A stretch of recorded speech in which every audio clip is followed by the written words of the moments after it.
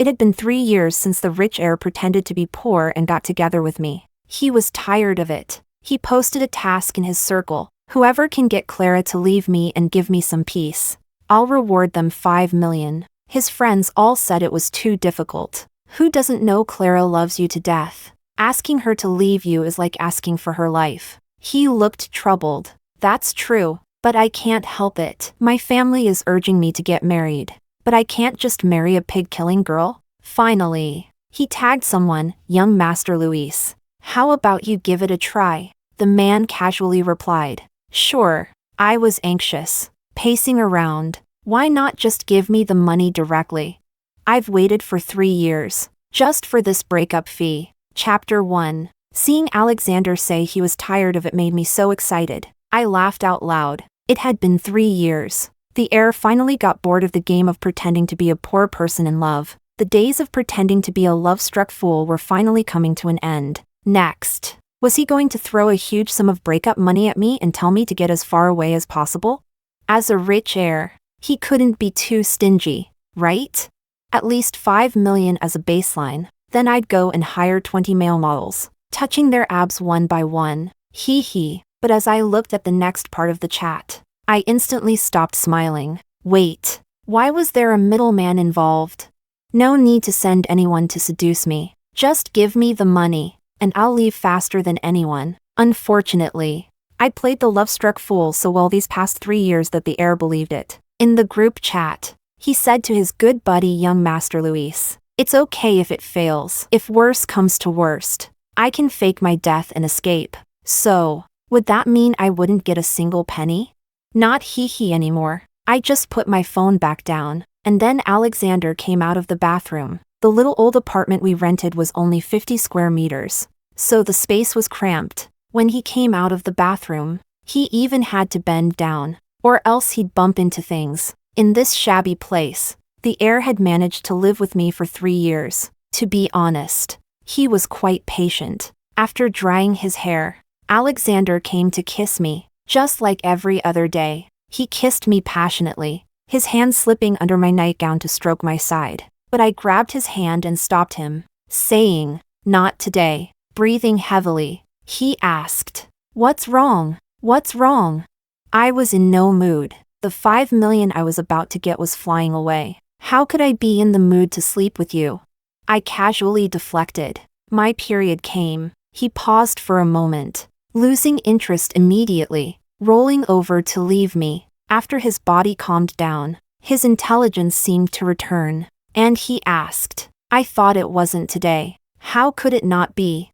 Today was supposed to be the day I would get a huge breakup fee and regain my freedom. And you, smarty pants, ruined it." I turned over, my back to him, and started babbling. My period's irregular. Alexander was speechless. I closed my eyes in frustration. It wasn't just that, I was so angry I felt like my period was flowing backward. Chapter 2. I found Alexander 3 years ago. It was early in the morning. I was walking toward the pork stall, half asleep, when I accidentally kicked the person who had collapsed in front of my stall. I was startled awake. Could it be that the half-pig I just cut had fallen on the ground? I took a closer look and breathed a sigh of relief. It wasn't a pig. It was a person. Thank goodness. I kicked him further away. "Move aside. Don't mess with my business." Alexander slowly regained consciousness after I kicked him a few times, his eyes looking at me with a wet gaze, like a little dog caught in the rain. "I'm so hungry. Can you give me some food? I don't have money, but I can work for you." I looked at his clothes, which were covered in dirt but worth over 1,000 each, and fell silent. He said he didn't have money? What about my $9 free shipping t-shirt? A rag? I took in that damn rich man, because he was handsome. Since I started slaughtering pigs, I hadn't touched a man's delicate little hand in ages. Every day, I was touching big pig trotters. Of course, being infatuated was only part of the reason. The main reason was that one day I overheard him making a secret phone call. "I've successfully entered her life. Don't worry. I'm sure she doesn't know my true identity." I told her I have amnesia and can't remember anything, and I've taken off my watch and earrings, even changed into clothes that cost only 1,000 or 1,800. I feel like I've been marinated in poverty. Why? Because I'm bored, lying on my billions of dollars every day, counting money. What's the point? It's more fun to watch others fall in love with a penniless version of me and sacrifice everything for my act of pretending to be poor. I was stunned. How much? Did he just say how much? Billions? Get out of the way. I'm going to fall in love with him. Chapter 3. From that day on, I threw myself headfirst into the whirlpool named Alexander. With the love-struck brain as my paddle, I swam freely. He was hungry. I cooked. He was cold. I added clothes. He said he was tired of hanging around the pork stall, so I told him to go home and play games while I used the money I earned from slaughtering pigs to top up his account with 648. On his birthday, I took all my savings, even sold blood, and bought him a pair of gemstone earrings as a gift. He held my bruised arm and cried, tears falling like raindrops. Clara, why are you so good to me? Why? For your billions of dollars. I shyly lowered my head, too embarrassed to look at him, stammering and unable to explain why. He didn't ask further. Instead, he held my hand and said, Clara, I like you. Will you be my girlfriend? I buried my head even lower, not wanting him to see my grin spreading across my face. Billions of dollars. Your loyal servant has arrived. The poor man act with the heir lasted 3 years. During this time, I worked like a cow and a horse, treating him like a king. I just hoped that on the day he got bored, he'd throw me a considerable amount of breakup money. Now, he'd finally gotten bored, but he didn't want to give me a single cent. Instead, he wanted to seamlessly hand me off to someone else. It made me so angry. These stingy rich people. Chapter 4. The next day, I went to the stall after waking up. It was the first time in 3 years that I didn't leave him breakfast or give him a goodbye kiss. As soon as I got to the stall, he sent me a voice message. His voice was sticky and hoarse, clearly still not awake. Baby, why no good morning kiss today? I can't sleep well without your kiss. If you can't sleep well, get up and get to work. You eat my food and sleep in my bed every day, but you don't want to give me any money. How do you expect to sleep? I ignored him and continued to weigh pork for the customers. By 2 p.m., the last of the meat had been sold, and I packed up to head home. A Maybach drove past me closely. I felt a sharp pain on the outside of my thigh, probably from a scrape. The luxury car stopped, and a man in a perfectly tailored suit got out. He had a tall nose and deep-set eyes, looking like he had foreign ancestry. He glanced down at me and casually said, "Get in. I'll take you to the hospital for a checkup." I moved my leg and felt it. It didn't seem serious, so I refused. But he handed me a business card. Add me. You can contact me for anything in the future. I felt a little moved. He was actually quite nice. Seems not all rich people are as quirky as Alexander. I took the business card and saw the name on it, Luis. Luis? The chat log from last night flashed through my mind. The little bit of goodwill I had instantly plummeted to negative numbers. Oh, I see. A loud sound echoed in the sky, and now young Master Luis was making his grand entrance. Huh?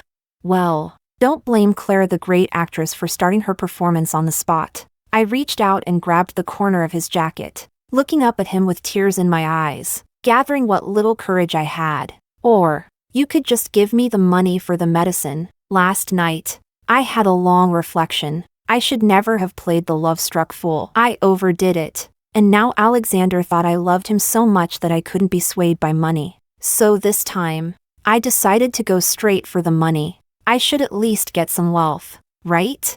Sure enough, Luis smiled playfully and agreed, all right. He took my phone, added me as a friend, and then sent me a transfer of 100,000 yuan. 100,000. A kiss from a beauty is not too much to ask for, right? What a lecherous scoundrel. No wonder he's from the same circle as Alexander. One is emotionally shallow. The other acts wickedly and doesn't play by the rules. I looked at the transfer in the chat box, and my voice trembled with excitement. No, I have a boyfriend. I widened my eyes. Luis didn't even wait for me to finish speaking. He leaned in and kissed me. His kiss, like him, seemed casual at first, but it was forceful and overwhelming. The moment our lips met, he invaded my mouth, taking full control. What could I do? I could only stiffen up and endure his kiss for a few minutes before angrily pushing him away and running off. Of course, I didn't forget to take the payment. Chapter 5. For the next few days, Luis drove a different luxury car every day and came to my stall. With a wave of his hand, he bought all the pork. Then he invited me to go out with him. Each time, I refused. No, I need to go home and cook for my boyfriend, or he'll go hungry. Not only that, but I secretly raised the price of the pork from 20 yuan per pound to 50 yuan. He didn't care anyway. The more I made, the better. Finally, when he came to find me again, I agreed to go with him. It seemed like he didn't expect a different answer today, and his expression froze for a moment. I shyly smiled. I've made some money recently. I want to buy a gift for my boyfriend. Luis gritted his teeth. Annoyed? Fine. I'll go with you. He took me to the most luxurious shopping mall. When I saw a handbag, I reached out to touch it. My boyfriend said that when he has money, he'll buy me this. Luis, salesperson, wrap it up. When I saw a little black dress, I looked at it with longing. My boyfriend said that when he has money, he'll buy me this too. Luis, wrap it up. When I saw a pearl necklace, I stopped and stared at it. My boyfriend. Luis interrupted me. This set of pearls and the gold one. Wrap them up. He pushed me into a nearby dressing room and roughly blocked my mouth with his lips. He kissed me for a long time, and when he finally pulled away, he was out of breath and said, Clara, your boyfriend can't give you anything. Why do you like him so much? Why not like me? I have lots of money. I can buy you anything. I won't lie to you with empty promises year after year. His gaze was deep, filled with affection. Every girl would drown in such a look. But unfortunately, I'm Clara, the great actress. For the past 3 years, I've been practicing in front of the mirror every day, then using the same look to gaze at Alexander. I was immune to it long ago. Besides, did he think he was any different from Alexander?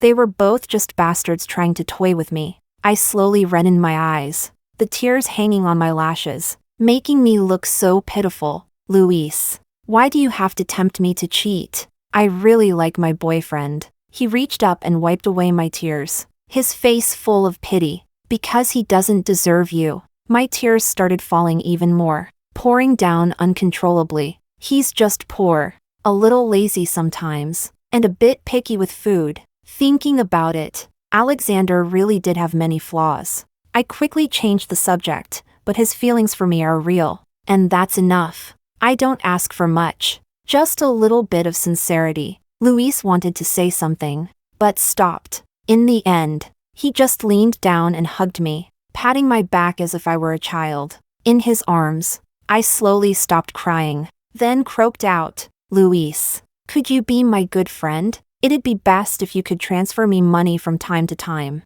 The air was still for a long while, and finally, Luis spoke. I can't, Clara, because I've fallen in love with you. Chapter 6. Beep. Incorrect answer. You will lose the dependence of Clara, the great actress. I struggled to break free from his arms and turned my head to avoid looking at him. Then let's not contact each other anymore. Otherwise, my boyfriend might misunderstand. After all, I will never leave him. With that, I quickly left the small dressing room. I couldn't waste any time.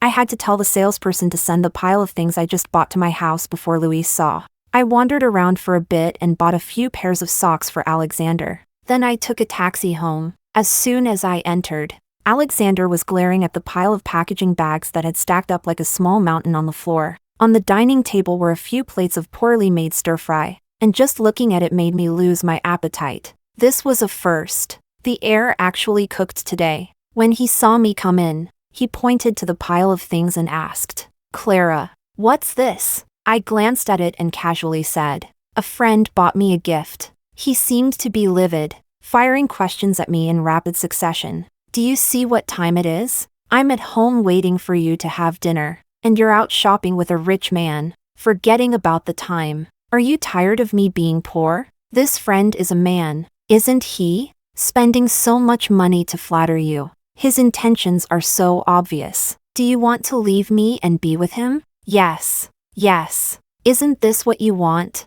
Now stop pretending to be the wronged Wu Dalong. Feeling insulted, I suddenly exploded, throwing the socks at him. I didn't. I went out to buy you a gift today. That friend was just with me. Stunned by my outburst, Alexander picked up the socks and gently touched them. His voice softened, and he changed the subject awkwardly. I knew you couldn't live without me.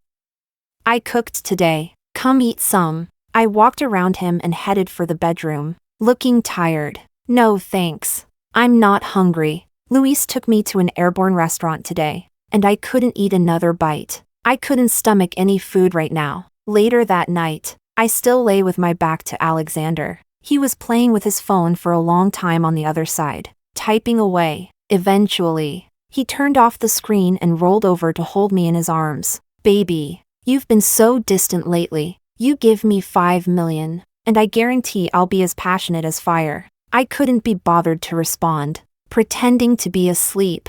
After a while, he whispered, "It's okay. I forgive you. It must have been someone who led you astray. It won't happen again. You forgive me?" Does he really think he's an emperor?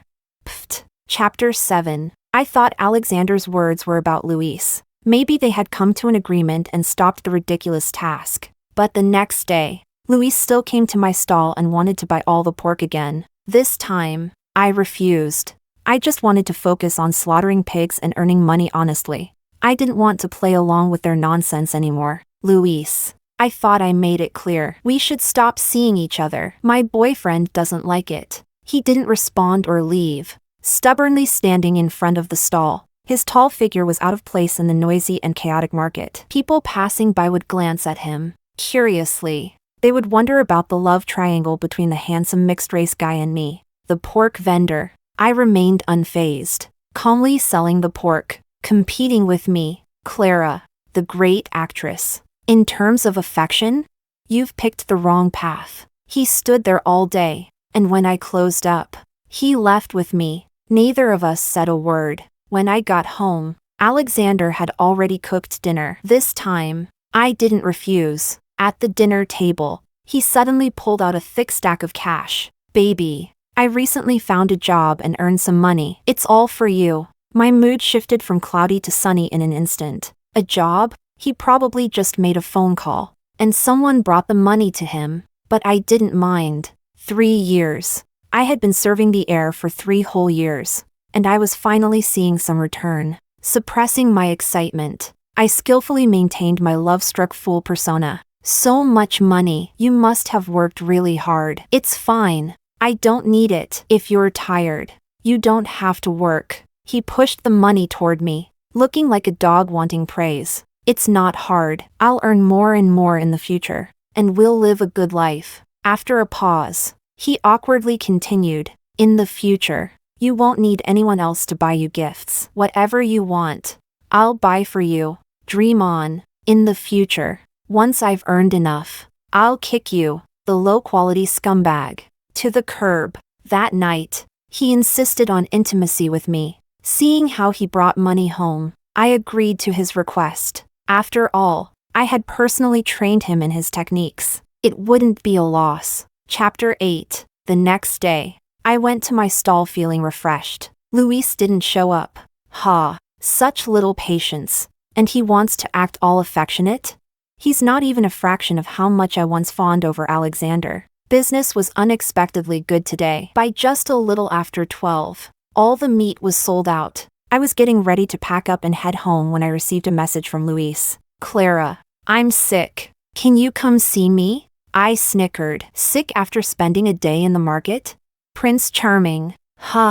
Seeing that I hadn't replied, another message followed shortly. It was a transfer, 1 million. Please, come see me. If you don't, I'll die. Well, that worthless life of yours is only worth 1 million. But who am I to refuse when I'm a model youth? For the sake of money, I'll reluctantly take care of you. I accepted the payment and asked for his address. I'm doing this for money to buy my boyfriend a new computer, not because I care about you. He didn't respond to my first sentence but sent me a location, saying, I'll be waiting. Following the navigation, I took a taxi to Luis's house. He lived in a riverside villa, living alone in such a big house. Isn't he afraid of ghosts?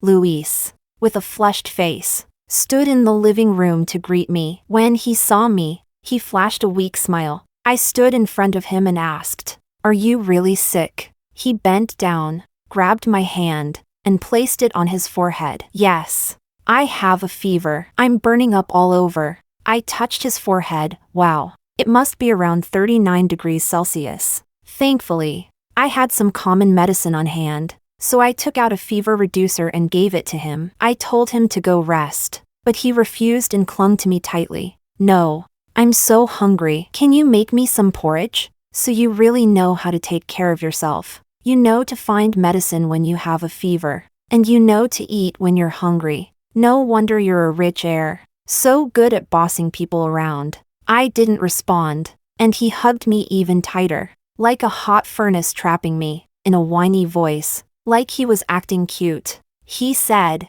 "You've made so many meals for your boyfriend. Can't you make me some porridge? Do you hear yourself? You know he's my boyfriend. You're trying to compete with him like a wild man. What right do you have?" I closed my eyes. I muttered 1 million. 1 million inch several times to calm myself, like petting a dog. I ruffled his hair and agreed, "Fine. Let go of me. I'll make it." After feeding him the porridge, I finally managed to get him to lie down on the bed. Then he asked me to tell him a bedtime story. "Have you told your boyfriend any stories?" "No. After all, I'm dating an adult, not a kindergarten child." He became even more persistent, demanding I tell him one or he wouldn't sleep. 1 million. 1 million. 1 million. I finally gave in under his intense stare and randomly searched for a story about Snow White and the Seven Dwarfs. Starting to tell him the tale, as I was telling the story, I dozed off at the bedside. In a daze, I felt Luis lift me up in a princess carry and gently place me in bed. I found a comfortable position and fell asleep peacefully, until I was woken up by the sound of arguing outside the door. Chapter 9. Alexander had been waiting at home for a long time, but I didn't return. He called me, but the call was cut off.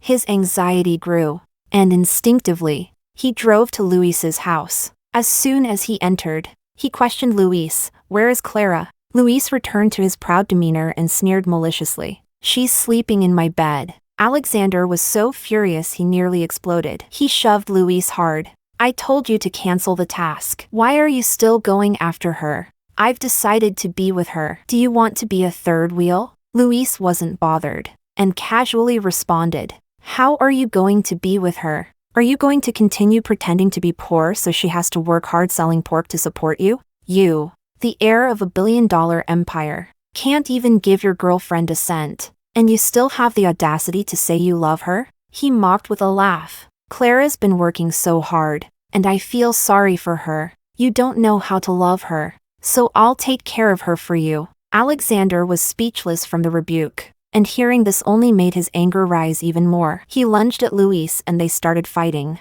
"Shut up, you shameless little third wheel, seducing someone else's woman. You've done nothing but bad things." The two of them were fighting fiercely, their battle raging on. I was hiding in the room, my heart racing with excitement. Yes, another punch.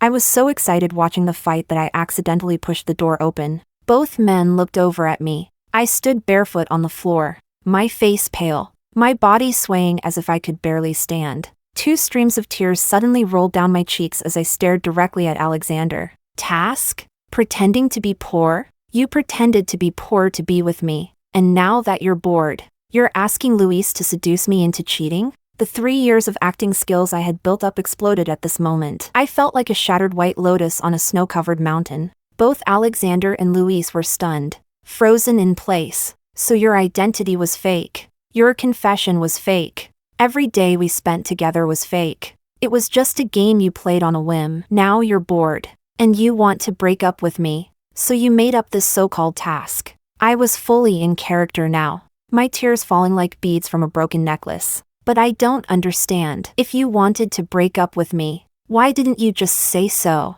No matter how much I liked you, I wouldn't have clung to you. Why choose this way? To let me carry the blame for cheating? Do you hate me so much that you want to destroy me? What do I mean to you? Am I just some clown you can bully at will?" the common point between the love-struck fool and the pure love warrior is?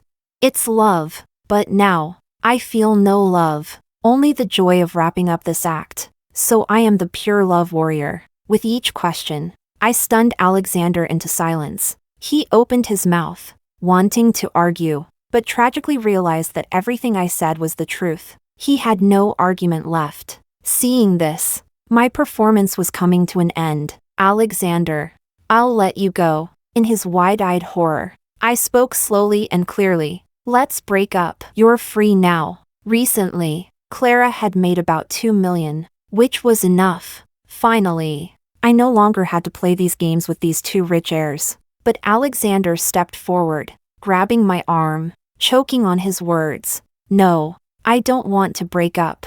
I don't want to. I pushed him away, exhausted, my voice soft. Alexander, I never want to see you again. Please let me go. With that, I turned and walked toward the door. As I passed by Luis, I glanced at him again. The emotions in that glance. I couldn't fully understand myself, but Luis stepped back, as though he was terrified. Chapter 10. After leaving the villa area, I wiped away my tears and prepared to take a taxi home, but Luis chased after me. The car stopped nearby, and he got out, pleading softly, "Let me take you home." Thinking about saving $100. I sat in the passenger seat without hesitation. The ride was silent. After we got to my neighborhood, however, Luis locked the car door and wouldn't let me leave. "Clara, can we talk?" I sneered. "Talk about what?" "How you and Alexander conspired to deceive me." "Luis, what were you thinking when you took this task? Was your boring life up in your ivory tower finally finding some amusement?" "No," he said eagerly. "No, it wasn't like that. I was thinking." It seemed that he knew his vile intentions were hard to admit, and he struggled to say, "I was so glad, finally, I could approach you openly." I was genuinely stunned. Oh my God, an unexpected twist? Luis finally let his secret thoughts see the light of day and confessed everything. "Alexander always brags in the group, bragging about how good you are to him, how much you pamper him, even when he's lazy and unaccomplished. You still love him without hesitation." I thought, why him? As he spoke more freely, he didn't hide his jealousy. Why does he have everything? Loving parents, no need to fight for inheritance with some illegitimate children, a smooth life, even in a relationship. His girlfriend gives him whatever he asks for. Ha, hilarious. I thought it was some deep brotherly bond, but it was all fake. But you don't need to be jealous, because the simp girlfriend that Alexander talks about doesn't exist. It's all part of my act. All to make money. Hee hee. So I secretly watched you. I saw you energetically working every day, selling pork, smiling at every customer, like a tireless little son. Isn't that obvious? Who would open a business with a frown? Who would want to buy from someone with a sour face?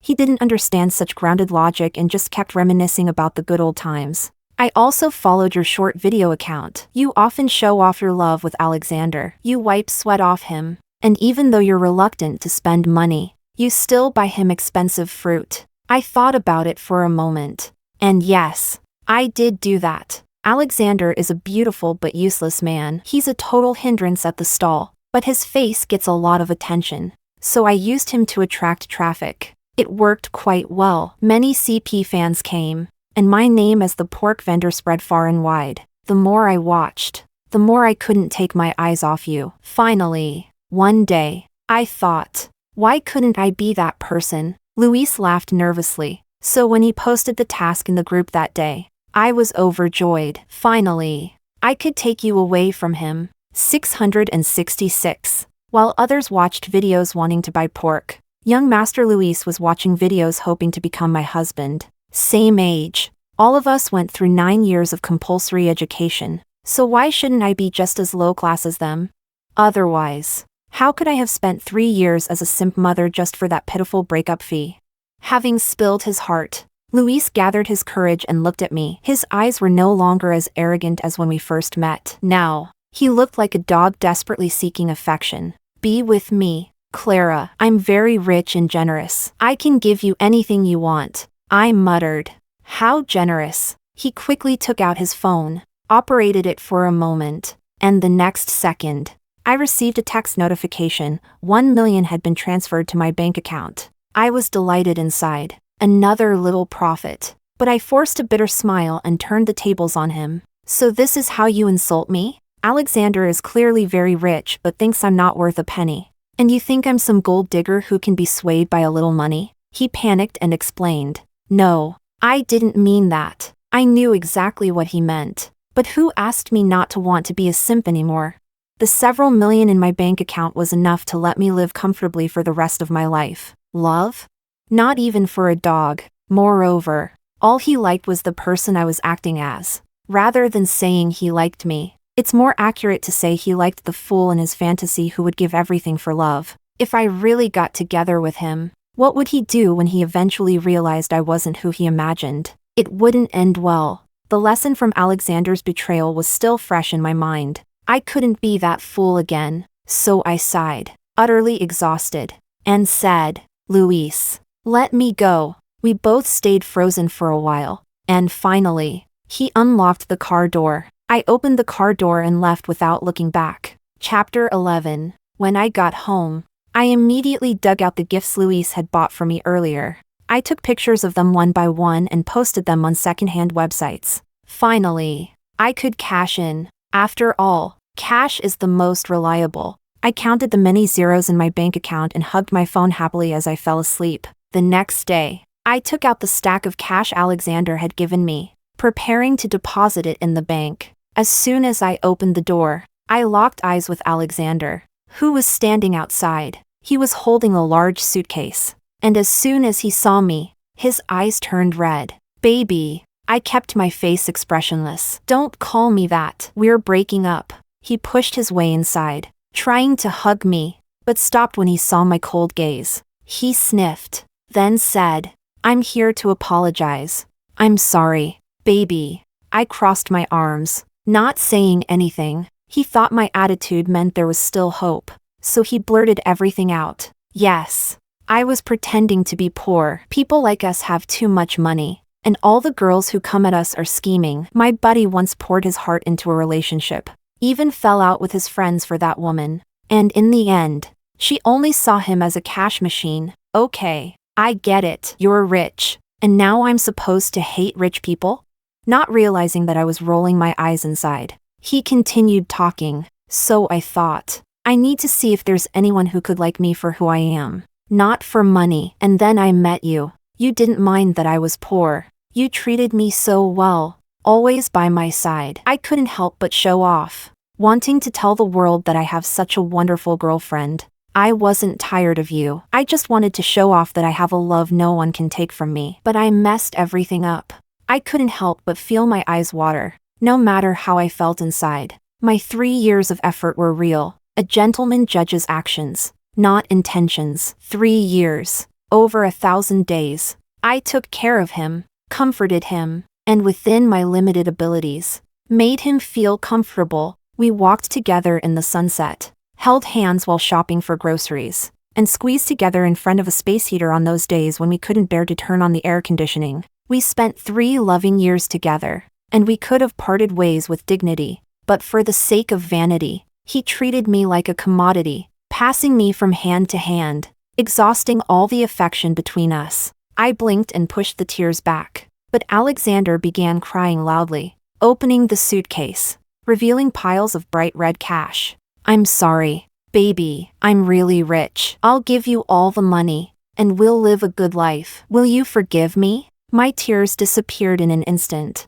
and all that remained in my eyes was the longing for money. So much money, if only it were all mine. But sadly, I had to maintain my act. I couldn't accept it. Sobbing, I reluctantly moved my gaze away from the money and looked directly into Alexander's eyes. His eyes were beautiful, round, and slightly drooping at the corners, like a puppy's eyes, especially when he cried. But I was resolute, like iron, impervious to anything. I don't want that much. You only need to give me 65,000. Alexander froze, not understanding what that amount meant. I pulled out a calculator and, in the spirit of kindness, explained, You've lived in my house for 3 years. The conditions weren't great, but I provided you with shelter and never let you go hungry. 3 years. 36 months. At $1,500 per month for food and lodging. That's $54,000. Over the years, I bought you gifts and let you spend money on in-game purchases,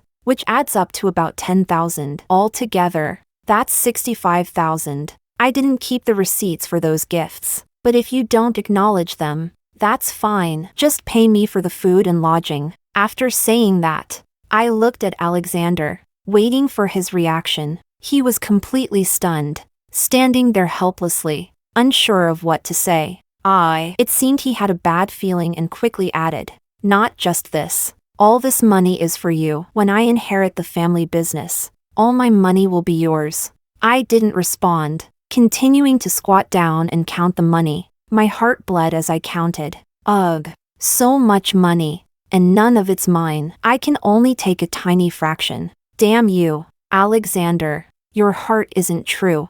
I counted 6 stacks of 1,000 and pulled out 5,000 more. I stood up, placed the money on the coffee table, and said to Alexander, "We're even now. You can leave." Alexander completely lost it, rushing up to hug me. "We're not even yet. We can't be even. I like you, baby. I love you. I can't live without you." I let him hold me without moving. I just waited for him to calm down a little before speaking. "Love? A relationship built on lies doesn't deserve to be called love." Alexander shook his head violently. "No.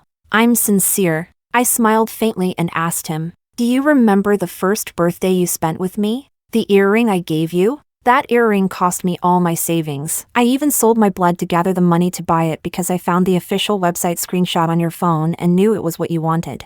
"But Alexander, where is that earring now?" He froze. Releasing his grip on me, he started frantically searching the room. "It's still here. I know it was here. Where is it?" I silently watched his movements and finally forced out an ugly smile. It felt like this heartless man had completely broken my heart. Our relationship is like that earring. It's long gone. Alexander froze, hunching over in front of the cabinet. After hearing my words, he covered his face with his hands and began crying silently. At that moment, he understood. He had completely lost me. Before leaving through the door, he turned his back to me and said, "Luis is very fickle. He's been with countless women. Don't agree to be with him. What a plastic brotherhood." Even before leaving, he couldn't resist stabbing his brother in the back. How touching. Chapter 12. After rejecting 2 people, I had a peaceful period. Alexander and Luis fought like cats and dogs in the mall,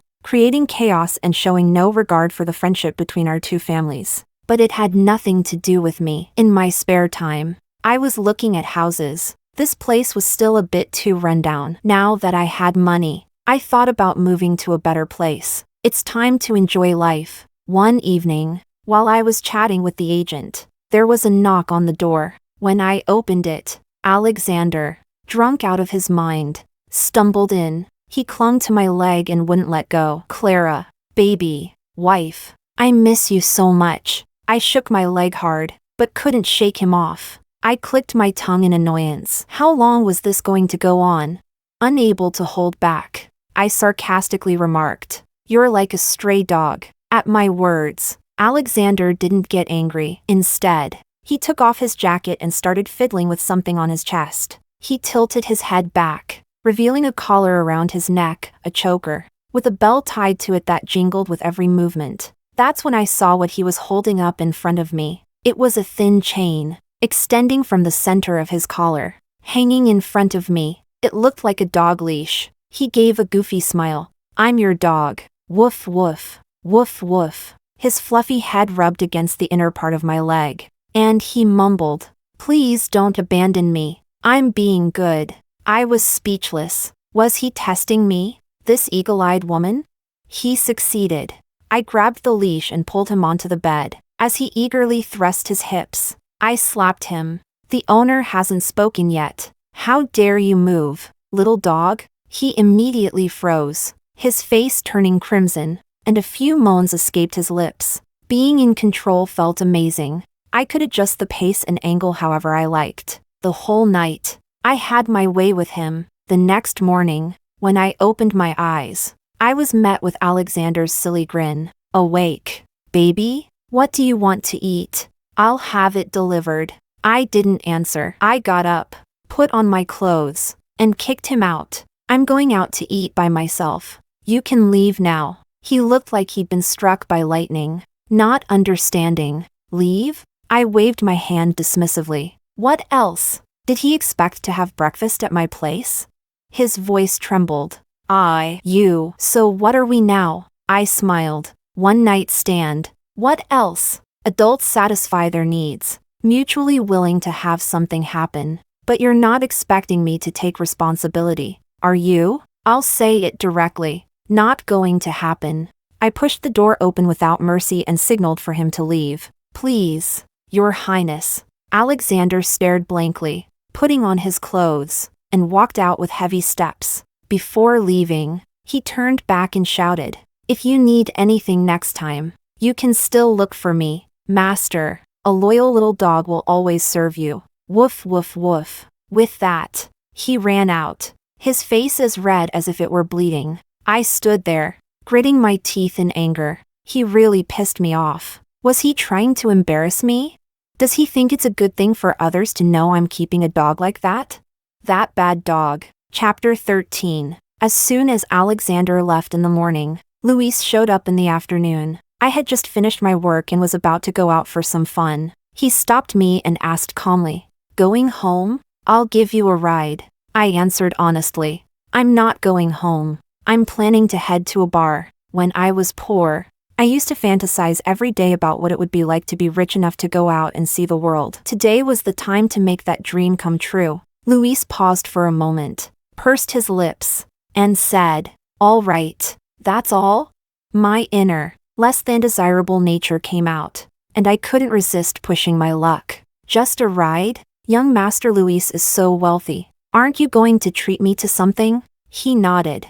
Sure, I'll cover the bill for today. Well then, I wouldn't hold back. When we arrived at the VIP section, I ordered 20 models all at once and leaned on them while they fed me drinks. Luis sat at the other end of the couch, his face growing darker and darker, but he didn't make a move to stop me. I watched his expression and felt a certain satisfaction. It's great not spending my own money. The male models were attractive, but they didn't have hearts, only a desire for money in their eyes. Seeing me order drinks generously, they continuously fed me. After a few drinks, I started feeling a little tipsy, my head spinning. It was time to leave. The glitz and glamour weren't that interesting. As I was thinking about when to leave, Luis stood up. He tore away one of the models who had been sticking to me and helped me up, his voice hoarse. You're drunk. Let's go. That worked for me. I sat in the front seat to sober up but accidentally fell asleep. When I woke up, I found myself being carefully carried by Luis and gently placed on a bed. The room was somewhat familiar. It was his place. I pretended to nap with my eyes closed, feeling him lean down close to me. His breath brushed my face. Was he going to kiss me?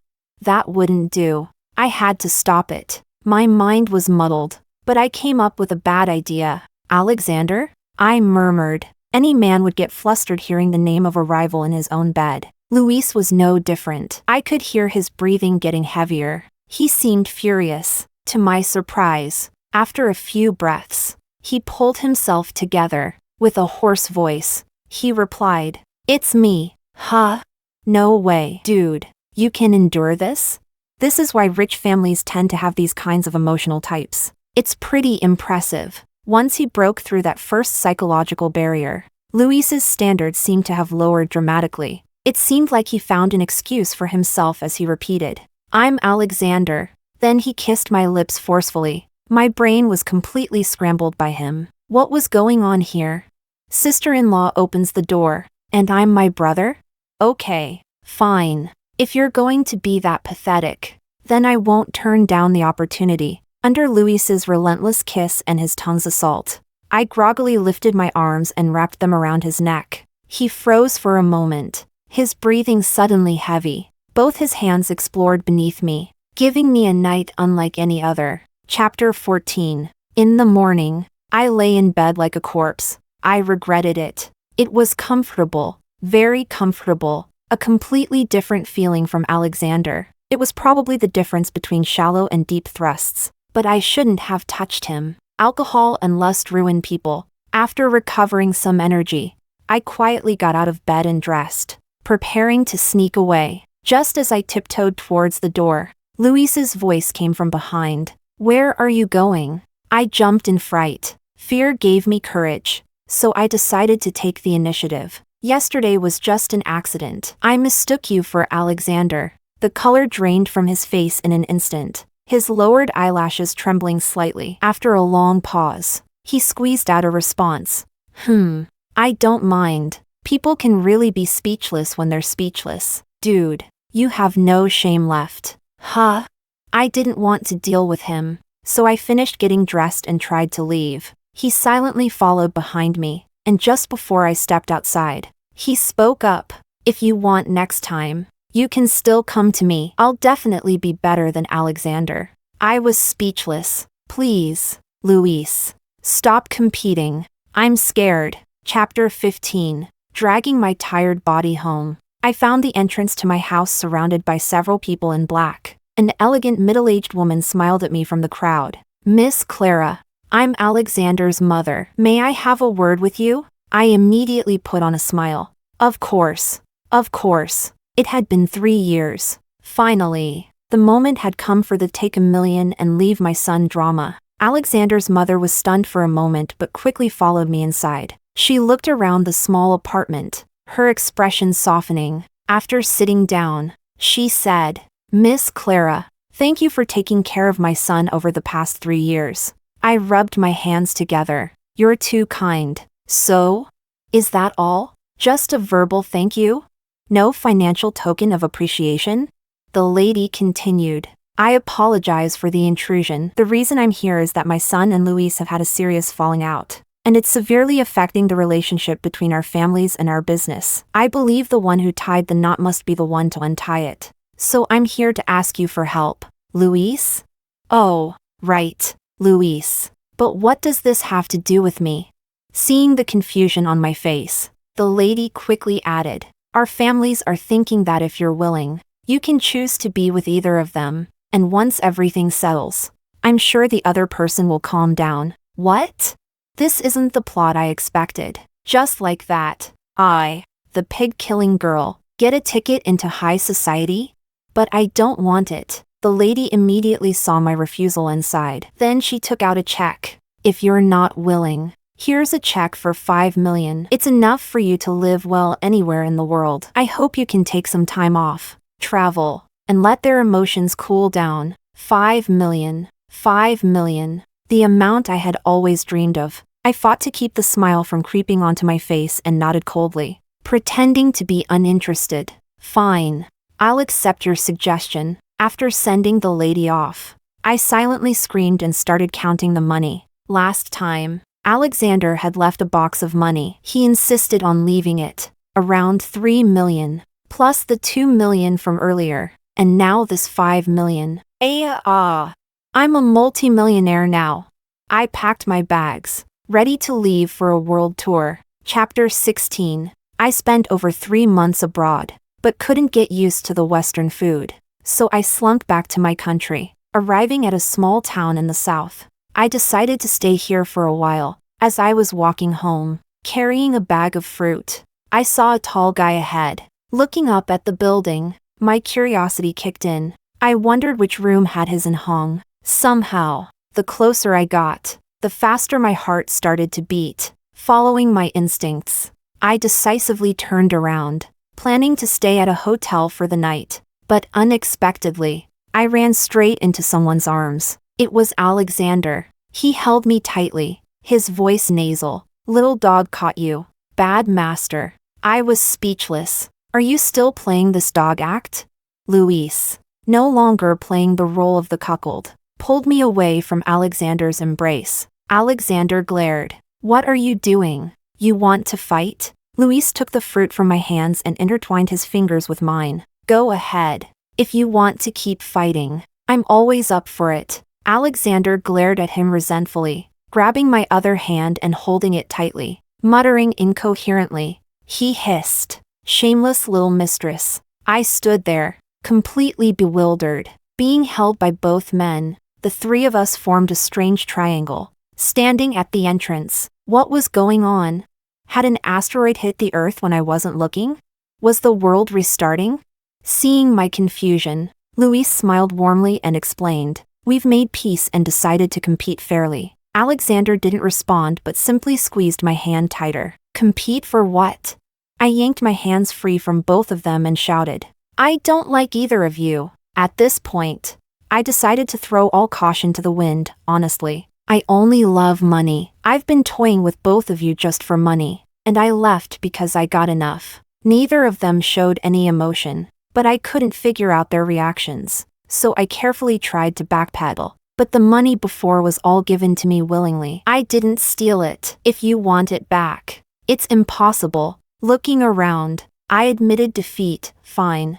I can return a little bit of it. The silence stretched for a while until Alexander suddenly burst out laughing. Baby, I'm super rich. At least billions. Being with me, you'll never finish counting money every day. Luis wasn't about to lose. What's the point of having money if you can't spend it? Clara, I'm generous. Marry me, and everything I have will be yours. Alexander cursed him. Don't change the topic. Marry? We're not there yet. As they argued, Alexander grew agitated. Baby, we met first. If you want to get married, it must be with me first. Is there even a first in this? Wake up.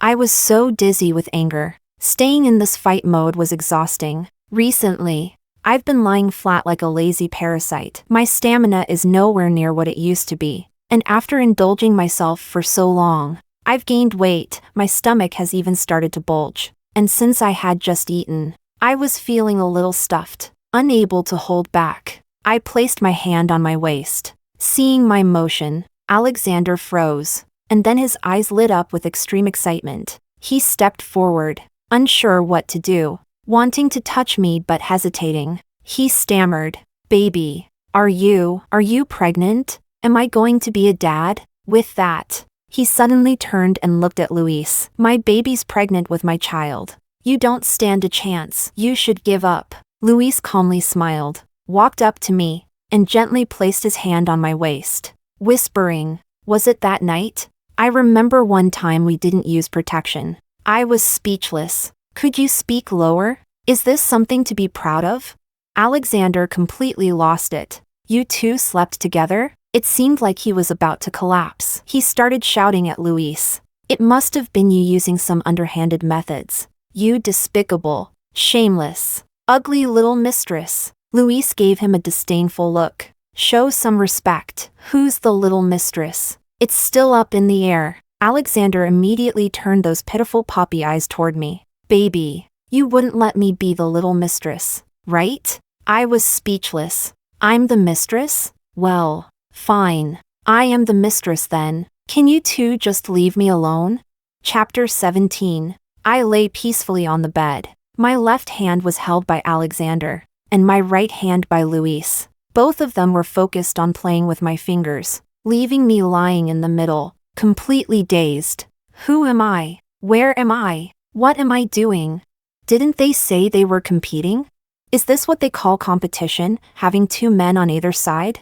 Alexander's sticky voice sounded in my ear. "Baby, if you really can't decide, you don't have to choose. I'll allow him to be the little one, but you must never leave me again." Luis snorted coldly. "Who's bigger? Only Clara knows that. Don't flatter yourself. At a time like this, you're still competing? I can't shake them off. Can't escape. Perhaps I'll be tangled up with these two men for the rest of my life. Whatever." With two arms draped over my waist, I vaguely thought, there are only cows that work themselves to exhaustion, not fields that are overworked. Story 2. After my video of praying for prayer beads in a thunderstorm, kneeling from the foot of the mountain to the top, was exposed, netizens started digging into my past. The comments mocked me. Hope the aloof award-winning actress wasn't praying for some cheap love back then. As the entire internet debated my past love-struck brain, I confirmed it in a reply under the original post. I was praying for my gravely injured ex-boyfriend's surgery to go smoothly. That same night, my ex-boyfriend, who had since become a prominent figure in the business world, showed up drunk at my door. Bianca, why didn't you tell me back then that you prayed for the beads this way? Oh, right. Those beads were carelessly thrown into the sewer by him 2 years ago. Chapter 1. Bianca, check your phone. As my agent Luis approached with a stack of scripts, I casually picked up my phone from the table and saw that I was trending at the top of the hot search. Hashtag award-winning actress Bianca love-struck brain. Hashtag Bianca praying for beads in the rain. I clicked on one of the topics and saw that the whistleblower had uploaded a video from 2 years ago. In the video, I was kneeling and bowing step by step from the foot of the mountain to the top, all under heavy rain. The white dress I was wearing had long since been covered in mud. Yet I kept kneeling devoutly, as if there was a divine force guiding me. I hadn't expected the camera quality to be so high 2 years ago.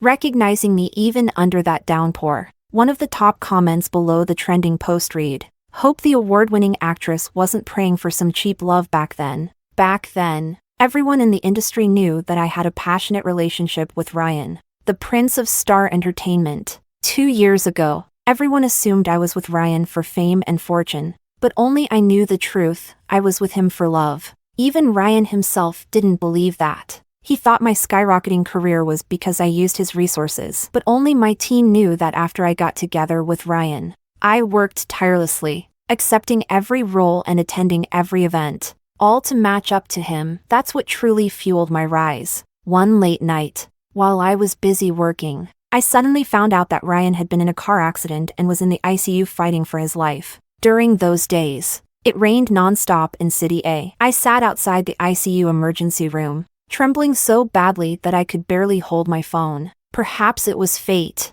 But suddenly, a notification popped up on my phone. Yes, Han Mountain, the famous wish-granting mountain in City A, those who prayed for prayer beads all said they were effective. So, like someone possessed, I left for Yes Han at 2 a.m., right after Ryan's surgery. While he was still in a deep coma, I knelt from the bottom of the mountain to the top, praying devoutly with every step for Ryan's recovery from his serious injuries. The video was probably filmed around 8 a.m., and by that time, I had been kneeling for nearly 6 hours. Recalling these memories brought a bittersweet feeling to my heart. I picked up my phone and responded to the post. I was praying for my ex-boyfriend's recovery from his severe car accident. Chapter 2. My reply caused a stir, confirming the love-struck brain of my past. Details of my previous relationship were soon dug up. The omnipotent gossip-loving netizens quickly discovered that my ex-boyfriend was none other than Ryan, the current CEO of Star Entertainment, and Ryan was also revealed to be the current boyfriend of the red-hot star Zoe. Hashtag Bianca ex-boyfriend Ryan. Hashtag Ryan current girlfriend Zoe. Just like that, the three of us shot up the trending charts together. Luis, my agent, glanced at the explosive gossip that seemed to set the stage for a love triangle showdown and clicked his tongue twice, shaking his head. Bianca, I've got bad news for you. I frowned slightly and gestured for him to continue. The role you're auditioning for, the female lead in the World One, Zoe is also auditioning for it. I nodded, my gaze darkening. The World One is a youthful art film, which isn't really my typical genre. To outsiders, it seems more suited for rising young actresses like Zoe. But the reason I wanted to compete for the role is because the director is Kevin, a renowned Chinese-American director returning from overseas. The industry believes he can elevate the quality of the film to a much higher level. Naturally, I also saw this as an opportunity to connect with such a promising director for future collaborations in my career. As for us three trending together, I wasn't particularly concerned. I figured that once the netizens had enough gossip to feast on, the hype would naturally die down. What I didn't expect, however, was that certain marketing accounts and Zoe's fans suddenly began insinuating that my video of praying for the prayer beads and my response were part of a deliberate publicity stunt on my end. They claimed that I orchestrated this to stir up attention because Ryan is an investor in the World One. The marketing accounts suggested that I released the video after 2 years in an attempt to rekindle Ryan's feelings. Some of Zoe's fans, hearing these unfounded rumors, immediately assumed I was trying to drive a wedge between Ryan and Zoe and began viciously attacking me on my social media. I looked at the wild speculations online, took a sip of the white tea my assistant handed me, and shook my head as if watching a farcical drama unfold. After getting the prayer beads from Yes Han, I immediately collapsed with a high fever due to the relentless work schedule and being drenched in the rain for too long. When I woke up on the third day, without taking any rest, I took the beads and went straight to Ryan's hospital room. By then, Ryan had already regained consciousness, but there was a stranger sitting beside him. Though unfamiliar, she carried a hint of familiarity. It was Zoe, who had just entered the entertainment industry 2 years prior. She was wearing a white dress, sitting tearfully by Ryan's bedside, looking delicate and fragile, with a face so fresh it seemed like you could pinch water from it. Meanwhile, I had just collapsed from a high fever, looking haggard in my blue and white hospital gown. Ryan, sitting on the hospital bed, glanced at me, his eyes filled with undisguised disgust. "Where have you been these past few days?" Ryan asked coldly. "I went to pray for these beads." I slowly raised my right hand, clutching the prayer beads. Ryan gave the beads a casual look, his expression as if he were staring at trash. "The beads I had prayed for all night. Is that your excuse for disappearing for 3 days?" After Ryan finished speaking, he gestured to the bodyguard next to him, who snatched the beads from my hand. Ryan played with them briefly, then sneered and tossed them to his subordinate. "Find a sewer and throw them away." Hearing Ryan's command, I stood there, frozen. I reached out, wanting to stop them, but in the end, the words stuck in my throat. I couldn't say a thing, still dazed from the fever. Just as I was about to turn and leave, Ryan's voice sounded behind me, cold and final, like a judgment. "Bianca, let's break up." The tears that had been welling up in my eyes finally fell. Okay. Not long after that, Ryan and Zoe were together. It was only then that I learned Zoe was the girl Ryan had admired since his youth. The familiarity I felt was because I had seen her photos in Ryan's phone album before. From that point on, Zoe's career skyrocketed like a roller coaster, becoming one of the hottest stars in just 2 years. But I could never figure out if Ryan thought I approached him to use his connections and resources. Why doesn't he think the same about Zoe, who reappeared after years of absence? In the end, I guess, he never loved me. Chapter 3. My team quickly took action to deal with the baseless smears. And after being in this industry for so many years, my fans weren't easily swayed either. These days, I've been focused on preparing for the audition for the World One and haven't paid much attention to anything else. Luis looked at me, watching how dedicated I was, and sighed. "The last time I saw you this invested in a role was probably 2 years ago when you auditioned for Reborn to Life." Yes, ever since I won the Golden Bird Award for Best Actress, I did have a period of quiet, mainly because I hadn't seen a role that really fit me. As for the female lead in the World One, apart from Kevin's involvement, I had my own personal reasons. Because of my mature and glamorous appearance, I had always played roles of older, more sophisticated women since I debuted, even though Zoe and I are the same age. To this day, I've never played a young woman around 20 years old. I have never seen a youthful version of myself on the big screen. It's something I regret. More importantly, I want to see a breakthrough in my acting career. That night, deep into the late hours, I was sitting in my study, seriously reading the script, when I suddenly heard a knock at the door. I picked up a shawl, hesitated for a moment, then walked toward the door, cautiously calling out, "Who is it?" But the truth is, I had already seen the face I hadn't seen in almost 2 years through the monitor. Ryan. By now, City A had already entered autumn. Ryan was wearing a dark trench coat, with a finely tailored white shirt underneath. He carried a chill with him, leaning against the wall of the hallway, his deep eyes locked on mine. When our gazes met, neither of us said a word. His eyes had a touch of daze. He had clearly been drinking quite a bit. Ryan slowly approached me, stopping only when we were close enough that I could feel his breath. He lowered his head, his warm breath lingering around me. He leaned close to my ear and softly said, "Finally, I get to see you. I'm sorry." He slowly raised his eyes, and beneath his tousled hair, the depth of his emotions and regret seemed almost overflowing. In the dim light, at this close distance, I noticed his slightly swollen, reddened eyes, as if he had been crying not too long ago. I had seen that look of deep affection in his eyes before, 2 years ago. When he was moved or delighted, he would look at me this way. It was these fleeting moments of tenderness that had convinced me for so long that Ryan had feelings for me. Only after the breakup did I realize that it was nothing more than an illusion, like the reflection of the moon in water. I slowly stepped back, putting distance between us, and that simple action shattered the atmosphere, turning it into awkwardness. We both remained silent. After a long pause, as if he remembered something, he finally spoke. "How have you been lately?" I nodded slightly, my face expressionless, feeling calm within. Seeing my indifferent attitude, Ryan seemed to abandon any further small talk. He waved his hand and took out his phone, showing the reason for his visit. He opened the video stored in his gallery, the video of me praying for the prayer beads in the rain. His version seemed to have been restored, much clearer than the original one posted online.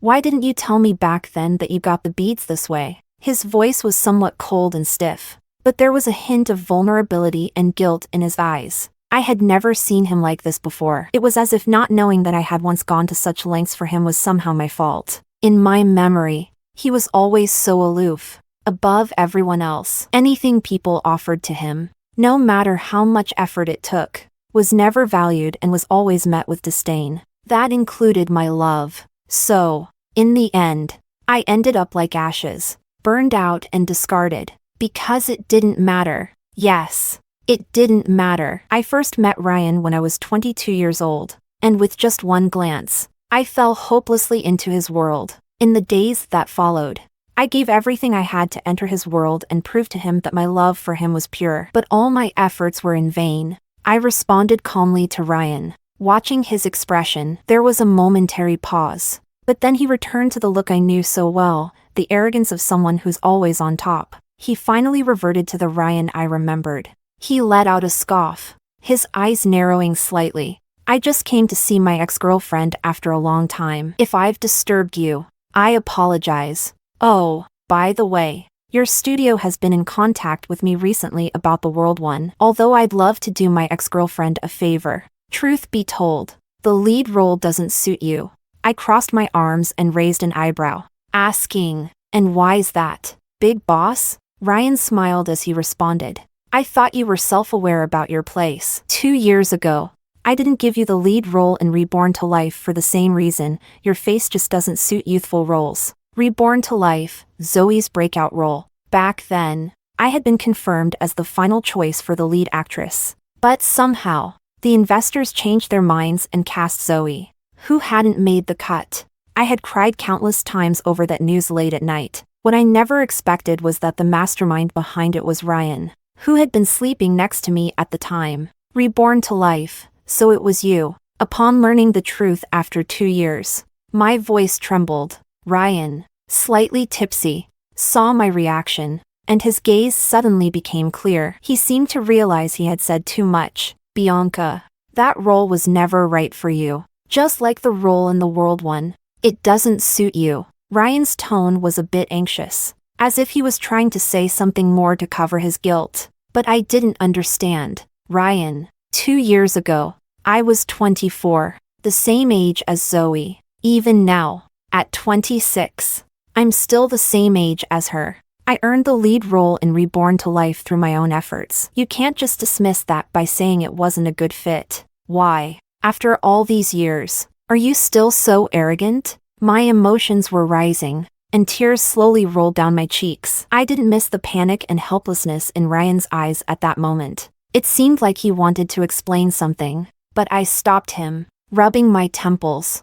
I composed myself and spoke firmly to him. "Ryan, I will get the lead role in the World One." With that, I turned around, closed the door, and walked away. No matter how Ryan interprets it, that last sentence was my declaration of war. Chapter 4. When my agent Luis found out that Ryan had stolen the lead role I had worked so hard to get in Reborn to Life, he was furious. Holding his iced Americano, he gritted his teeth and said, "Back then, there weren't many people who had the power to take a role from our studio. We considered Ryan, but he was your boyfriend at the time. We never thought he'd actually steal your role too." Ryan's actions, besides his personal relationship with Zoe, were also driven by his overconfidence. Back then, he had invested in Reborn to Life. He believed that even without my name attached, Zoe, who was still unknown at the time, could make the film a success. He didn't think he needed my fame to carry the project.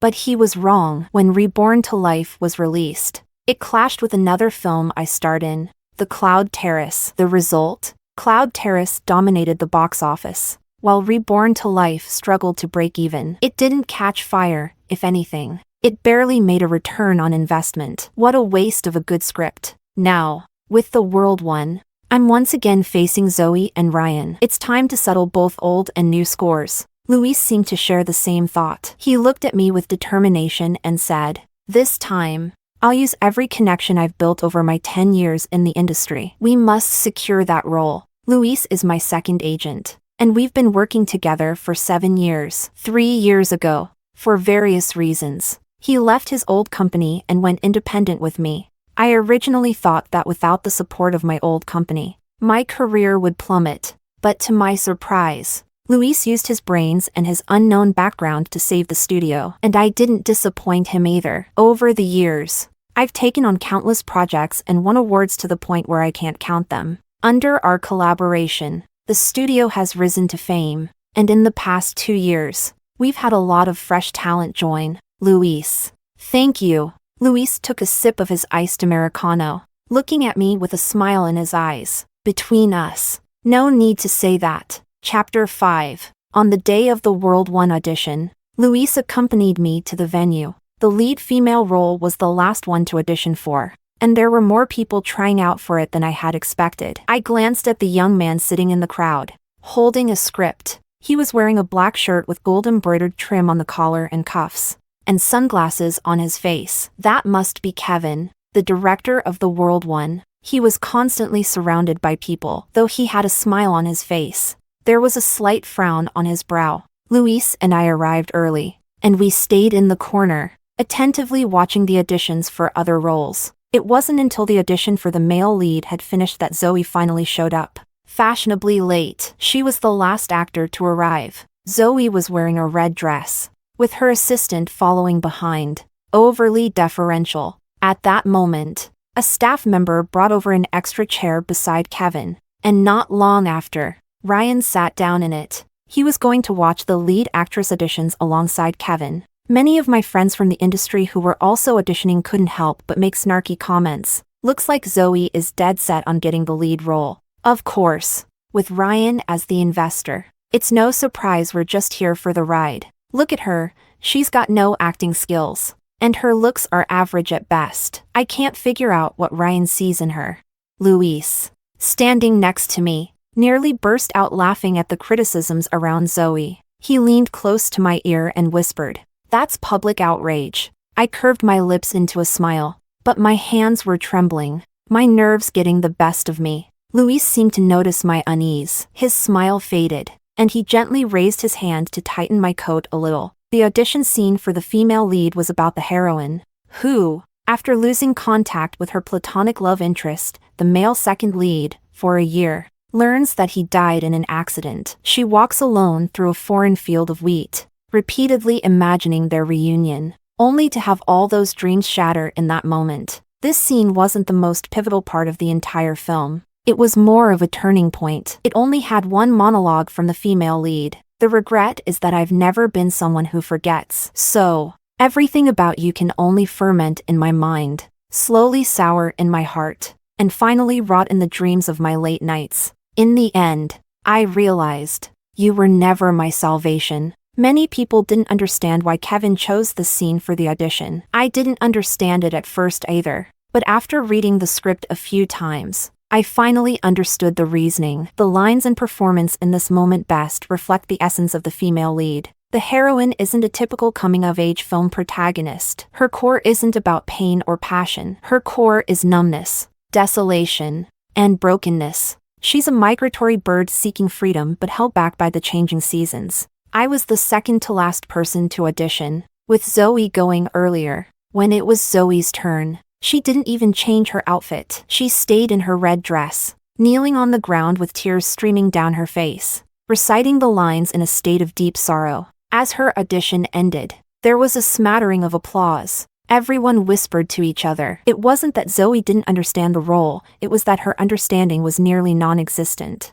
Kevin, for the first time after an actor's performance, showed his reaction. He shook his head and rubbed his temples. The following actors didn't impress Kevin either. His impatience and disappointment became more and more obvious. Seeing this, the calmness I had regained turned into nervousness again. This time, there was no room to relax. For this audition, I wore almost no makeup, and I hadn't styled my hair. When it was my turn, I walked in front of Kevin. When the crew signaled the start, I immediately entered the scene. From my understanding of the character female lead, in this scene, she should absolutely not cry or even have tears in her eyes. She looks at the waves of wheat before her with indifference, her gaze almost emotionless. Unfocused, the female lead reaches out slightly to touch the wheat beside her and pauses. Finally, she looks up at the sky, focusing her gaze, but with traces of pain and persistence breaking through. The desolation of the scene and the female lead brokenness intertwined. At the end of the audition, the room fell into silence. It was Luis who first started clapping. Kevin slowly took off his sunglasses. His beautiful phoenix eyes locked on me. Finally, he stood up and said to the assistant next to him, "Tell the next one they don't need to audition. I've made my choice." I looked up at Kevin and smiled. He nodded back at me, giving me a thumbs up. Sitting across from me, Ryan had been watching me the entire time. His eyes filled with recognition, mixed with the stubbornness of trying to hide it. I glanced at him indifferently, showing no emotion. As Kevin left the room, many of my industry friends began offering their congratulations. "Sister Bianca, congratulations. The director's attitude clearly shows he's decided on you." Exactly. To be honest, your performance was the only one worthy of the lead role. The compliments around me grew louder and louder. But suddenly, a discordant voice broke the flow. Zoe, sitting in front of me, slowly put on her sunglasses and said in my direction, "Don't celebrate too soon, or you might end up embarrassed." Her words silenced the compliments. Some people wore expressions of anger, but most had a look of amusement, as if they were anticipating a show. Perhaps they too wanted to know, in the end, would it be my talent that secured the role, or Zoe's connections? Chapter 6. 3 days later, Luis mentioned to me, "Director Kevin invited you to a gathering tonight. All the confirmed actors will be there." I nodded, finally feeling the weight lift from my shoulders. In this context, it was nearly certain that I had secured the role. That evening, Luis and I arrived at the private room Kevin had booked. During the evening, Luis and Kevin hit it off, and I learned that they had known each other from years ago when Luis studied abroad. After graduation, Luis returned to develop his career in China, while Kevin stayed overseas. Sitting next to me was Oliver, a well-respected actor in the industry. He nodded politely at me. Although we weren't very familiar with each other, he would occasionally engage me in conversation, making the atmosphere pleasant enough. Just as everyone had arrived, Ryan casually strolled into the room. Kevin stood up to welcome him, but his cheerful expression immediately faded when he saw who followed behind Ryan. It was Zoe. She had come along too. Kevin's face turned dark. "Ryan, I don't recall inviting Zoe." Zoe, seeing Kevin's displeasure, suddenly looked a bit embarrassed. Kevin, clearly annoyed, continued, "Your company, Star Entertainment, has been pushing Zoe for days, asking me to give her another chance. I've told you repeatedly, I've already found the right person for the role, and I'm not considering Zoe." "Ryan, what's the meaning of this?" Kevin's stance was firm. It was clear he wanted to send Zoe out of the room, not caring about sparing Ryan's feelings. Just as Ryan was about to speak, Zoe quickly stepped in to explain. "Director, I begged Ryan to bring me here. I truly believe that I'm more suited for this role than Bianca, so I wanted to give it another shot." With that, the room fell silent. A few seconds later, Kevin let out a sarcastic laugh, as if he had just heard something amusing. "Zoe, are you implying that your judgment is more professional than mine?" "Ryan, kindly take your actress, who doesn't understand the rules, out of here." Hearing this, Ryan's brows slowly furrowed. And he said in a low voice, "We're recommending Zoe because her image and popularity align with the lead role more than any other auditioning actress. She would provide a strong foundation for the World One's box office success." Seeing Ryan defend her, Zoe quickly chimed in, "Yes, compared to Ms. Bianca's style, I'm clearly more suited for the female lead in the World One. Director, could you reconsider?" Kevin, frustrated, rubbed his temples and pulled out his chair to sit down.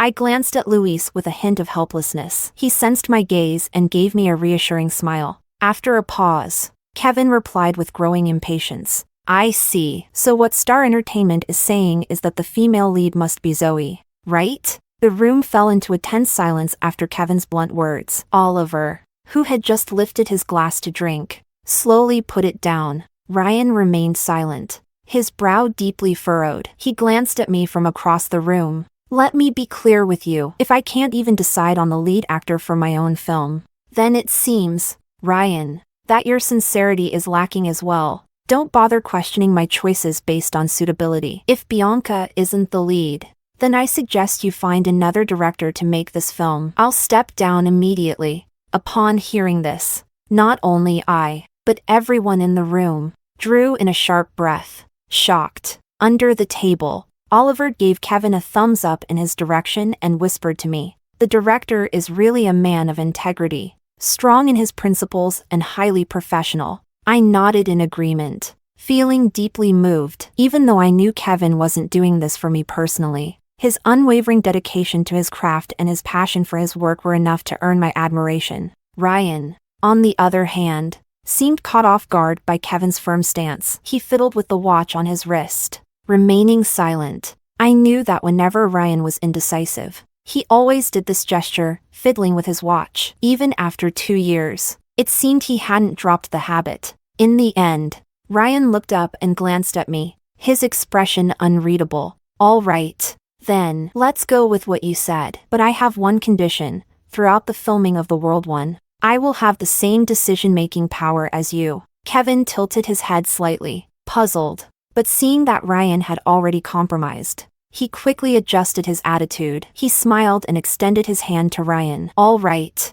let's have a pleasant collaboration." Ryan shook his hand lightly and nodded. He then turned and gestured to Zoe to leave. As Zoe was ushered out, she shot me a venomous look, as if warning me to watch my back. But in her eyes, there was still an unwavering determination, as if she believed she was destined to get what she wanted.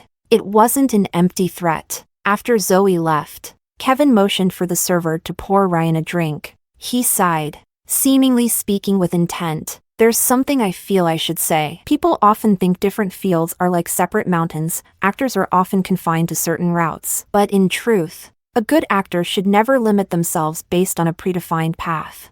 I didn't choose Zoe because I didn't see in her the professionalism and passion that an actor should have. These are the fundamentals, and they shouldn't be overlooked. If I've offended you today, I'll be sure to punish myself with a few extra drinks later." Ryan nodded in acknowledgement, indicating to Kevin that there was no need to take it personally. The atmosphere lightened up after that. Everyone engaged in discussions about the script, sharing gossip from the industry, and it turned out to be quite a pleasant evening. I drank quite a bit as well, feeling a sense of relief that all the effort I had put in hadn't gone to waste like it did 2 years ago with Reborn to Life. Throughout the evening, I couldn't help but notice Ryan's gaze on me multiple times. It was like he was watching me, almost obsessively, like a creep. When the gathering was over, I stumbled a bit, leaning against the wall as I tried to leave. My mind was fuzzy, and then suddenly, I saw a step ahead. Just as I was about to trip and fall, someone caught me from behind. I turned around. It was Ryan. I tried to wave him off and pull away, but my strength was fading. "I'll take you home," he said. I shook my head. "No need." Just as I was about to turn and walk away, Ryan suddenly said something strange. "I've only just realized how horribly wrong I was, Bianca. I'm sorry." I turned back, seeing guilt and vulnerability in his eyes. My head was spinning, and I wiped my eyes in confusion. Just as he was about to say more, Luis appeared beside me. He pulled me away without saying a word to Ryan. Luis whispered in my ear, "Just seeing him annoys me. Let's get out of here." I laughed and immediately followed Luis out of the gathering. Some people are better left unseen. Chapter 7. In the days following the gathering, I was fully focused on preparing for the pre-production work of the World One. Just as I thought everything was going smoothly, an unexpected problem arose. 1 week before filming was set to begin, I finally understood the meaning behind Zoe's look that night. I stared at the countless trending topics on the top of the search charts, feeling torn. Hashtag Bianca the homewrecker hashtag. Hashtag Bianca involved with Ryan and Zoe hashtag. Frustrated, I clicked on the trending tags. The top post was a video released by a well-known paparazzo. The video showed Ryan parking late at night outside my apartment complex. Half an hour later, he left. Then, the next morning, I was seen leaving the same spot. Not only that, but there were also photos from the gathering where Ryan caught me as I nearly fell. This wasn't conclusive evidence of anything, but it was enough for those with an agenda to stir up a storm. The online reaction was overwhelming, and the studio's immediate clarifications seemed to vanish into thin air, completely ignored. My social media posts were flooded with comments calling me a homewrecker, and bots and curious onlookers flooded the accounts of the brands I represented, demanding they cut ties with me. Some were even calling for me to be kicked out of the entertainment industry. The public backlash escalated rapidly, and even with the studio's active public relations efforts, the situation hardly improved. It seemed like everyone wanted to see a long-standing, scandal-free actress like me dragged through the mud with no chance of recovery. I didn't stay idle. I immediately instructed my assistant to pull up footage from the night Ryan showed up drunk at my place. If we could present the security camera footage, it would prove that nothing had happened between us. But when my assistant called back, her words shattered my hopes. "Ma'am, your building's surveillance system was hacked. The last 3 months of footage are all gone." Now, I was completely panicked. Clearly, they had planned this out and were determined to take me down for good. I leaned back helplessly on the sofa, thinking that if I couldn't resolve this issue, my career, even if not destroyed, would be severely tarnished. Suddenly, my phone rang. Numbly, I answered. On the other end came a woman's playful laugh. It was Zoe. "Bianca, it's me. If you want to save yourself, just give up the lead role in the World One. Otherwise, no matter who you beg for help, it won't matter." Before I could respond, Zoe immediately hung up the phone. I put the phone down and rubbed my temples, feeling frustrated. I never thought that trying to play the lead role in the World One would come with so many obstacles. Could it be that this role just wasn't meant for me? I looked over the few plans the PR department sent me, but none of them seemed like a good solution, making me even more anxious. Just as I was about to call Luis, Ryan's number appeared on my phone. "Bianca, I can step in and clear things up for you." I raised an eyebrow, not feeling any relief, because I didn't trust Ryan to be so kind-hearted. "What's the catch?" As expected, he didn't beat around the bush. "Come to room 207 at Haiyan and meet me." I hung up and immediately arranged for a car to take me to see Ryan. When I walked into the private room, Ryan was sitting in the back, wearing a perfectly tailored suit. Aside from his secretary, no one else was there. He stood up and pulled out a chair for me. Didn't expect the boss to have such refined taste, choosing this old spot to meet with his ex-girlfriend. Haiyan wasn't a fancy restaurant, just a small, lesser-known private kitchen. When Ryan and I were dating, he'd occasionally bring me here because I liked their drunken shrimp. He'd take me here whenever he was in a good mood.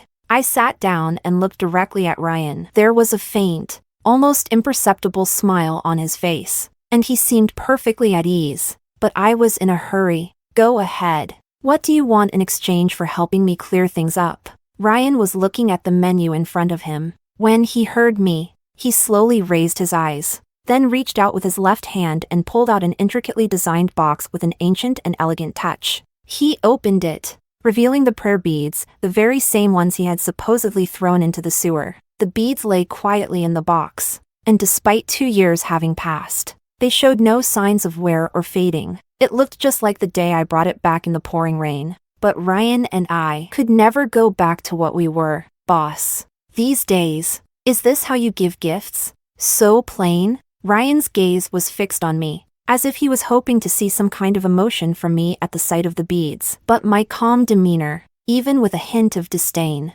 left him disappointed. Bianca, I never actually threw the beads away. I only broke up with you because I was heartbroken that I didn't see you after the accident. I picked up my glass and took a sip, tasting the bitterness. I was only with Zoe for a short time. We broke up long ago. I nodded, looking at Ryan somewhat confusedly. There was hope in his eyes. And why are you telling me all this? Ryan noticed my cold attitude, but he seemed to make up his mind and continued speaking. Bianca, I can help you clear things up, but my condition is that you give me a chance to pursue you again. I slowly set my glass down and stared at the man in front of me, who seemed a little nervous. In a moment of clarity, I realized that the roles had reversed 2 years ago. He was the judge, and now, I held that position. With a relaxed and slightly teasing tone, I said, when did you become a hopeless romantic? Ryan, seeing my lack of seriousness,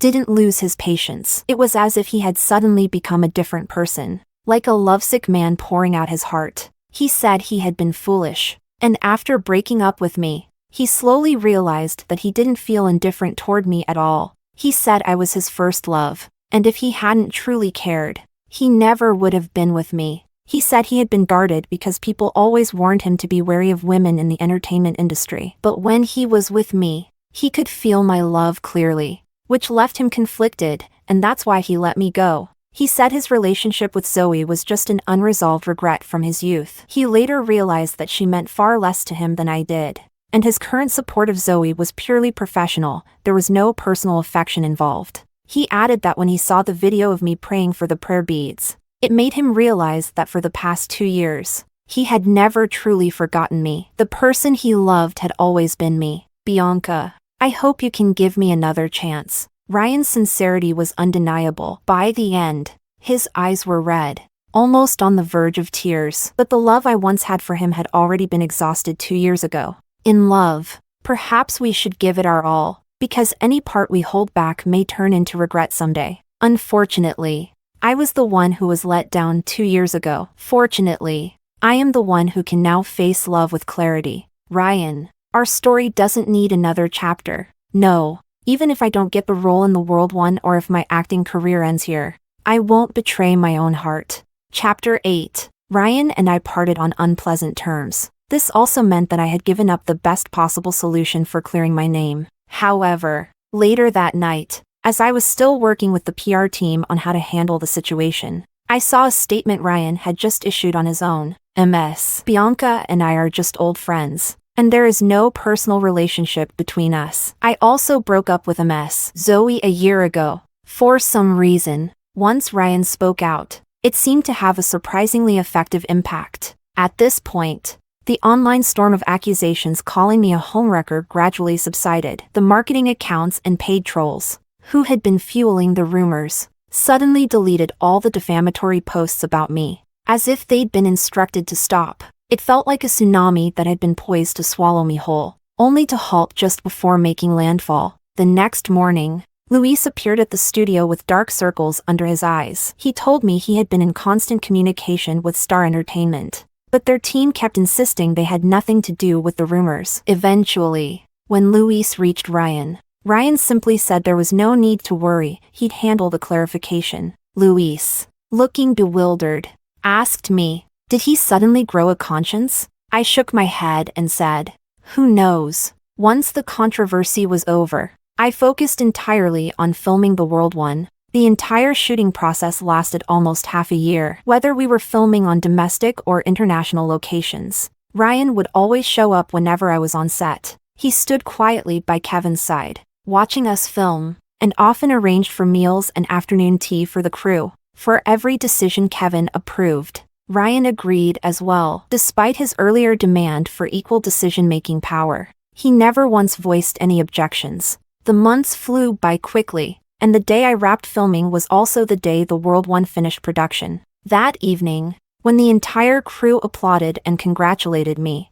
I couldn't help but shed tears. In the ending of the World One, the heroine doesn't end up with the male lead, but the once broken woman finds wholeness through her journey. The female lead, who sought salvation through love, eventually learned, after countless heartaches, to stop waiting for others to heal her. Instead, she learned to lick her own wounds. She abandoned the idea of conventional happiness. Unafraid of societal judgment, she began to transform. She shed her shackles. She started becoming her true self. I was her, and she was every girl out there in the world. Chapter 9. After its release, The World One soared at the box office, outperforming every other film released at the same time. No one could have predicted that a niche coming-of-age film would achieve such monumental success. Many people were moved by the film. Women flooded my social media, thanking me for my performance and for embodying the soul of the female lead, which gave them the strength to become their true selves. The following year, The World One was nominated for numerous international and domestic awards, and I won the Best Actress award at the prestigious Golden Finch Awards in China. The acceptance speech was broadcast live nationwide. Facing the camera, I delivered my award speech. I'm not winning this award for the first time, but this time, it means more to me than the first. Those who know me understand that not long ago, I was still the actor everyone remembered, a performer following the path that suited my image and fit the expectations of the public. I earned recognition by staying within that comfort zone. But deep down, I had a burning fire, a desire to break free from that confinement. The fire grew stronger, and that's how the female lead of The World One came to be. I brought her to the audience, but it was also she who shaped the person I am today. I hope this work gives others the courage to face the differing voices of the world, and I hope it inspires the determination for self-redemption in everyone. After finishing my speech, I saw Kevin standing up from his seat to lead the applause. His eyes were filled with admiration, and in that moment, the sound of clapping erupted like thunder. The journey of The World One made Kevin and me great friends. We shared many similar views on film, and after meeting, we quickly hit it off and became close. This was an unexpected joy that came from this journey. After the award ceremony, I received a bouquet of white tulips backstage. The staff told me that a gentleman had left them for me. I nodded, deep in thought. With a busy schedule ahead, I handed the flowers to my assistant after getting into the van, planning to put on my sleep mask and rest. But sleep eluded me. From the back seat, I noticed Luis sitting in the front passenger seat, watching a replay of my acceptance speech. He had a smile on his face. After watching it several times, he finally seemed to sense my gaze. Luis turned slightly and said to me, "That was a beautifully fought battle." I nodded, feeling tired but smiling as I replied, "Please take care of the road ahead." Of course.